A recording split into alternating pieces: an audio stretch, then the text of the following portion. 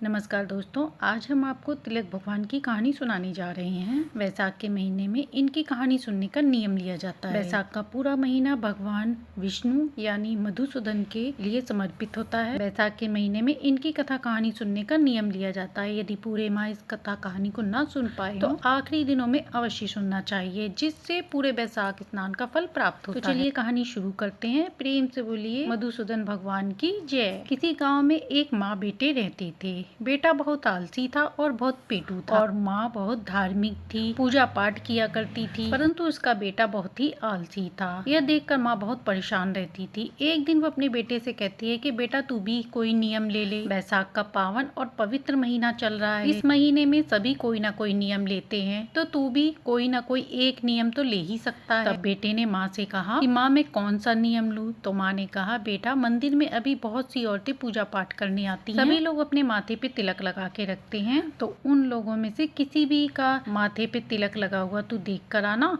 और तभी भोजन करना। लड़के को बहुत भूख लगती थी, इसीलिए वह जल्दी सुबह नहा धो के जल्दी से मंदिर जाता और देख कर आता कि किसके माथे पे तिलक लगा है, जिसे वह देख कर आता। उसके बाद आकर घर पर भोजन कर लेता। वैसाख का महीना पूरा होने को आया, परंतु एक दिन उसे कोई भी तिलकधारी नहीं दिखा। अब वह घर आया और भूखा बैठ गया। इसके बाद वह जंगल की ओर चल देता है। जंगल में जाकर देखता है कि एक किसान अपने खेतों की खुदाई कर रहा है और उस किसान को खुदाई के दौरान वहाँ पे एक खजाना मिलता है। अब वह लड़का उस किसान को देखकर जोर जोर से बोलने लगता है कि दिख गया, दिख गया, दिख गया। असल में होता ऐसा है कि जो किसान खेत को खोद रहा था उसके माथे पर मिट्टी उछल के लग जाती है और वो ऐसा लगता है कि जैसे वह तिलक लगाया हो, जिससे वह लड़का तिलक लगा हुआ देखकर समझता है कि इसके तिलक लगा है। अब किसान ने उसे देखा तो सोचने लगा कि ये सबको जाके मेरे सोने के बारे में बता देगा कि इसे खेत में धन मिला है। किसान ने उस लड़के को बुलाया और कहा ये ढेर सारे पैसे लो और इसे लेकर चले जाओ, किसी को कुछ मत बताना यहाँ के बारे में। अब लड़का खुशी खुशी उन पैसों को लेकर आता है घर पर और अपनी माँ को दे देता है। जब माँ पूछती है कि बेटा ये सब कहाँ से लाया, तो उसने सारी बात बता दी कि ये सारे पैसे उस किसान ने दिए हैं। तब उसकी माँ ने कहा बेटा उस किसान ने नहीं, ये पैसे तेरी किस्मत ने तुझे दिए हैं, और कहा कि बेटा तूने रोजाना